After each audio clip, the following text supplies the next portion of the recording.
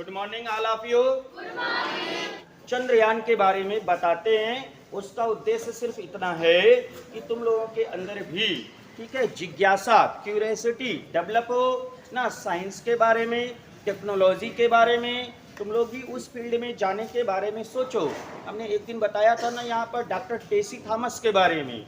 वो छोटी सी बालिका ना वो देखती थी मिसाइल लॉन्चिंग को, ठीक है ना, और बाद में जाकर अग्नि मिसाइल प्रोजेक्ट की हेड बनी। अभी भी डीआरडीओ में सीनियर साइंटिस्ट के रूप में वर्क कर रही है, ठीक है ना। कल हमारा जो चंद्रयान 3 था सक्सेसफुली चंद्रमा के साउथ पोल पर लैंड कर गया, एकदम एक्यूरेट टाइम पर 6:04 पर, ठीक है ना। तो उसके लिए सबसे पहले ना हम सभी को कांग्रेचुलेशन, ठीक है ना। और उसके बाद आगे की बात जानो। जब चंद्रयान चंद्रमा पे लैंड करा है तो उसकी प्रिंसिपल क्या था वो कल ही बताया था ना, थ्रस्टर के द्वारा ना एकदम बिल्कुल जैसे पैराट्रूपर्स आते हैं ऊपर से नीचे पैराशूट लेकर, तो अर्थ पे एटमॉस्फेयर है, वहां तो एटमॉस्फेयर है नहीं ना, तो उसके लिए थ्रस्टर लगाए गए थे जो नीचे की तरफ गैस के जेट ना छोड़ रहे थे एकदम परपेंडिकुलरली सरफेस के, तो जिससे एक थ्रस्ट प्रोड्यूस हो रहा था जो चंद्रयान के विक्रम लैंडर पे लग रहा था, जिससे उसकी सेफ लैंडिंग हुई, ठीक है ना। और लैंडिंग के बाद जो उसमें से रोवर निकलेगा प्रज्ञान ना, उसमें एक बहुत ही इंटरेस्टिंग बात है, उसके जो व्हील्स हैं पहिए उसमें भारत का राज चिन्ह बना हुआ है ना। भारत का राज चिन्ह क्या है? अशोक चिन्ह, अशोक चिन्ह सब सिक्के में देखते होगे, ठीक है ना। तो वो भारत का राज चिन्ह चंद्रमा के सरफेस पे बनाएगा।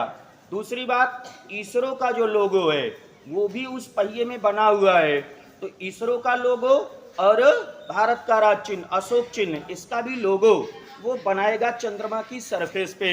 उस पे विक्रम रोवर के अलावा जो हमारा लैंडर था विक्रम लैंडर प्रज्ञान रोवर के अलावा उसमें 4 पेलोड और हैं। एक पेलोड का काम है चंद्रमा के सरफेस पे जो अर्थक्वेक आता भूकंप उसके बारे में स्टडी करना कि भूकंप का पैटर्न क्या है और उसकी इंटेंसिटी क्या होती है।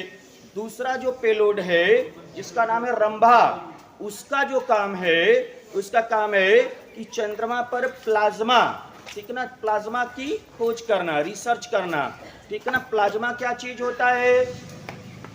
9th की ना फिजिक्स में है पदार्थ की चौथी अवस्था, 3 अवस्था पढ़ते हो ना, ठोस द्रव गैस, चौथी अवस्था जो है प्लाज्मा है और 5वीं अवस्था जो है बोस आइंस्टीन कंडेंसेट है ना। तो प्लाज्मा कणों की खोज वहां पे करेगा जो रंभा नाम का पेलोड लगा हुआ है, ठीक है ना। जो तीसरा एक और पेलोड लगा है वो टेम्परेचर को ना डिटेक्ट करेगा और उसके बारे में डेटा इसरो सेंटर पे भेजेगा, ठीक है ना। चंद्रमा के साउथ पोल पे टेम्परेचर का वेरिएशन बहुत ही ज़्यादा होता है ना, रात के समय -200 डिग्री सेल्सियस तक टेम्परेचर चला जाता है। समझ में आ रहा है? अभी जब कल हमने चंद्रमा पे लैंड किया तो भारत यहाँ अर्थ पे तो शाम का समय था 6:04, लेकिन चंद्रमा पे सूर्योदय हुआ था, ठीक है ना।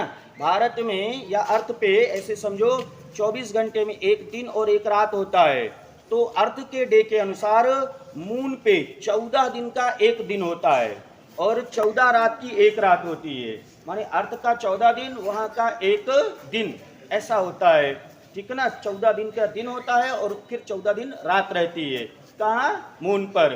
तो हमारा ये जो प्रज्ञान रोवर है अगले 14 दिन तक वो चंद्रमा के सरफेस पे चलेगा और वहाँ पे खुदाई भी करेगा।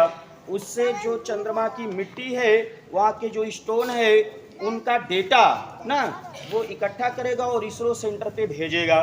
तो कैसे भेजेगा? उसके लिए एक टेक्नोलॉजी है जिसका नाम है स्पेक्ट्रोस्कोपी। इस टेक्नोलॉजी का क्या नाम है? स्पेक्ट्रोस्कोपी, ठीक है ना। अब ये होता क्या है स्पेक्ट्रोस्कोपी? तो इसके बारे में ना 11th की केमिस्ट्री के 2nd चैप्टर में थोड़ा सा इंफॉर्मेशन है। इलेक्ट्रोमैग्नेटिक जो वेव होते हैं उनके स्पेक्ट्रम, वहाँ से स्पेक्ट्रोस्कोपी टेक्नोलॉजी का डेवलपमेंट होता है। जो BSc 3rd year second year या फिर एमएससी में इसके बारे में बताया जाता है, केमिस्ट्री और फिजिक्स दोनों में ही, ठीक ना। स्पेक्ट्रोस्कोपी टेक्नोलॉजी के थ्रू ना वो जो वहाँ पे एक स्पेक्ट्रोस्कोपी का यंत्र लगा हुआ है प्रज्ञान रोवर के साथ, वो यंत्र उस पत्थर का या उस मिट्टी का, ठीक है ना, उसकी जो लाइट रे होगी, जो वेव होगा, उसको ट्रांसफर करेगा इसरो सेंटर पे, और इसरो फिर बताएगा कि चंद्रमा पे कौन कौन से खनिज हैं, मिनरल्स हैं, ठीक है ना। तो बेसिक ऑब्जेक्टिव उसका क्या है, जो ऑब्जेक्टिव है, जो उद्देश्य है, पहला पानी की खोज करना, ठीक है ना। अनुमान ये है कि बर्फ के रूप में वहाँ पानी उपस्थित है। दूसरा ऑब्जेक्टिव क्या है कि कुछ मिनरल्स जैसे सिलिकॉन, इसकी खोज करना, यूरेनियम, प्लूटोनियम, इन सब की खोज करना, ठीक है ना। अगर वहाँ पे सिलिकॉन मिलता है, क्या मिलता है, सिलिकॉन, तो जो हमारी सेमीकंडक्टर इंडस्ट्री है, जिस पे बेस्ड होता है पूरा का पूरा इलेक्ट्रॉनिक्स, ठीक है ना, सिलिकॉन से ही बनते हैं, चाहे वो मोबाइल हो, चाहे वो लैपटॉप हो ना, और चाहे मोबाइल में सिम हो, चिप हो, जितने भी इलेक्ट्रॉनिक्स के डिवाइस होते हैं सब बनते हैं सेमीकंडक्टर से। और सेमीकंडक्टर किससे बनता है, तो वो बनता है मेटलाइड से। मेटलाइड माने जैसे सिलिकॉन हो गए, जर्मेनियम हो गए ना, 5 या 6 मेटलाइड है पूरे पीरियोडिक टेबल में, उसी की खोज वहाँ पे करेगा। अगर सिलिकॉन पा जाएगा तो फिर भारत में ना सेमीकंडक्टर जो इंडस्ट्री है वो तेजी से ग्रोथ करेगी। इसके अलावा यूरेनियम, थोरियम, जो कि नाभिकीय विखंडन के सिद्धांत के अनुसार यूरेनियम और थोरियम से बहुत बड़ी मात्रा में ऊर्जा उत्पन्न की जा सकती है ना, इसका भी वो खोज करेगा। अगर ये चीज वहाँ पे मिलता है तो जो भारत के फ्यूचर में स्पेस प्रोग्राम्स चलेंगे, स्पेस मिशन चलेंगे ना, उसके लिए चंद्रमा एक फ्यूल स्टेशन की तरह काम करेगा। भारत में भी कुछ दिन पहले ही बताए थे, एक नए प्रकार का रॉकेट बन रहा है ना, वो रॉकेट जो है न्यूक्लियर रिएक्टर पे बेस्ड होगा, ठीक है। तो न्यूक्लियर रिएक्टर पे बेस्ड जो रॉकेट होगा उसमें एज अ फ्यूल यूरेनियम और थोरियम की जरूरत पड़ेगी। उस रॉकेट के जरिए अंतरिक्ष में बहुत लंबी दूरी तक यात्रा करना पॉसिबल है। ये सारी जानकारी तो चंद्रयान के बारे में थी।